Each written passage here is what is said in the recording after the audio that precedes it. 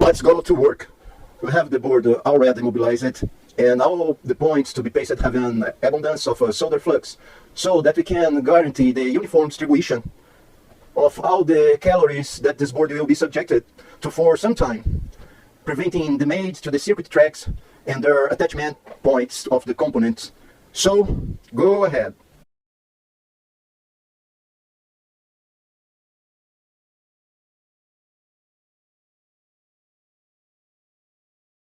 Well guys, it was hours of work, but the entire board has been overhauled with the elimination of its cold soldering points. Let's finish cleaning the board, then get back to your work. We still have the rotary encoder to find a solution or buy a new part. See you at the next move.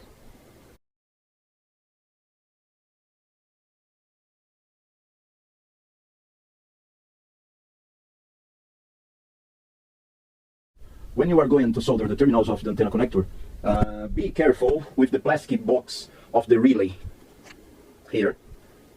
Use a cardboard sheet to insulate the high temperature in the place. Do not use long connections with a surplus size at this point of the antenna connector.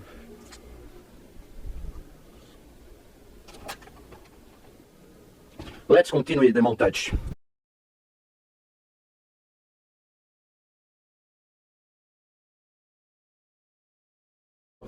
Now the board has been repaired, and we will turn on the equipment to see if the relay problem between 21.5 and 30 MHz is solved, okay? Stand by.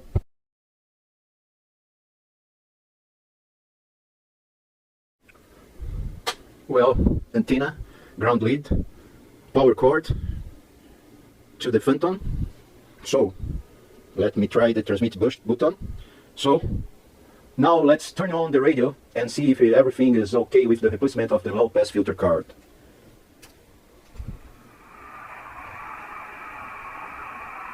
Okay, now I will change to 10 meters antenna. Oh, it's very good. No fail, no fail. It's very good, very good, very good. No fail. Well,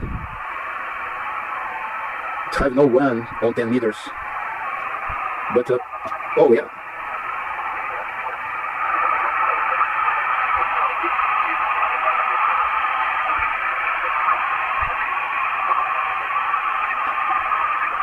I think that it's Puerto Rico DX. Well, everything seems to be fine. The problem only appeared above 21.5 MHz. Let's do some work on the rotary encoder, which is our last maintenance before we have this beautiful Kenwood TS140-S fully overhauled. Well, see you soon in the next movie.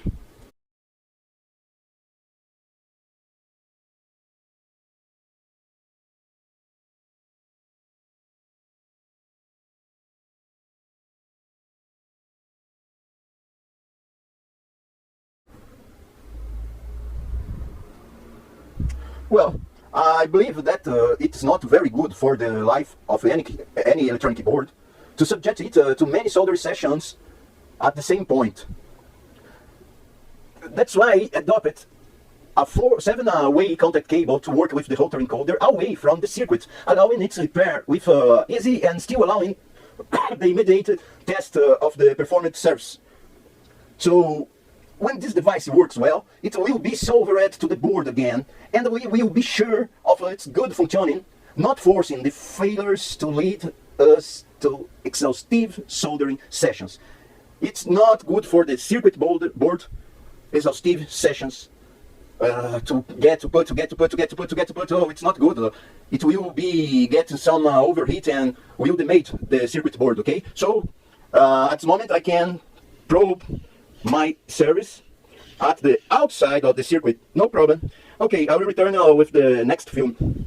Well, you can use a thin blade to touch these contacts, so you can adjust it, these little arms to these rotary positions. Resistive trails you can encounter here, and the pills of 3 combinations you can get at these wires. When its signals are combined there with those resistive trails, you can get a variation at VFO by steps of 10 kilohertz, or you can try to probe these little and ultra delicate arms when you combine two sections of this disc. Okay, so be careful, be careful. It's so delicate, it's so delicate.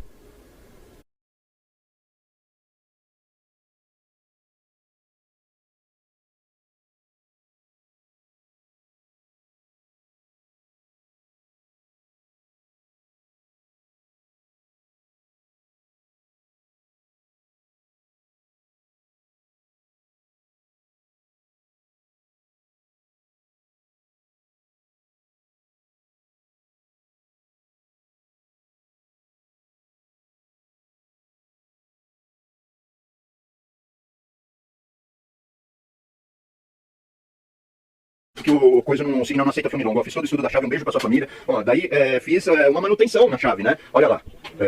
E o que nós temos agora é, olha lá, a chave funcionando. Mas por quanto tempo, Bart? É isso que eu não posso garantir. Ó. Foi uma manutenção by DJ, na pinça, nos equipamentos mais delicados que existem, com muita engenharia. Mas eu não posso garantir o tempo que ela vai funcionar. Mas, olha lá, está funcionando. Beleza? Well, at this point, the TS140-S has been completely revisited and its operation is splendid.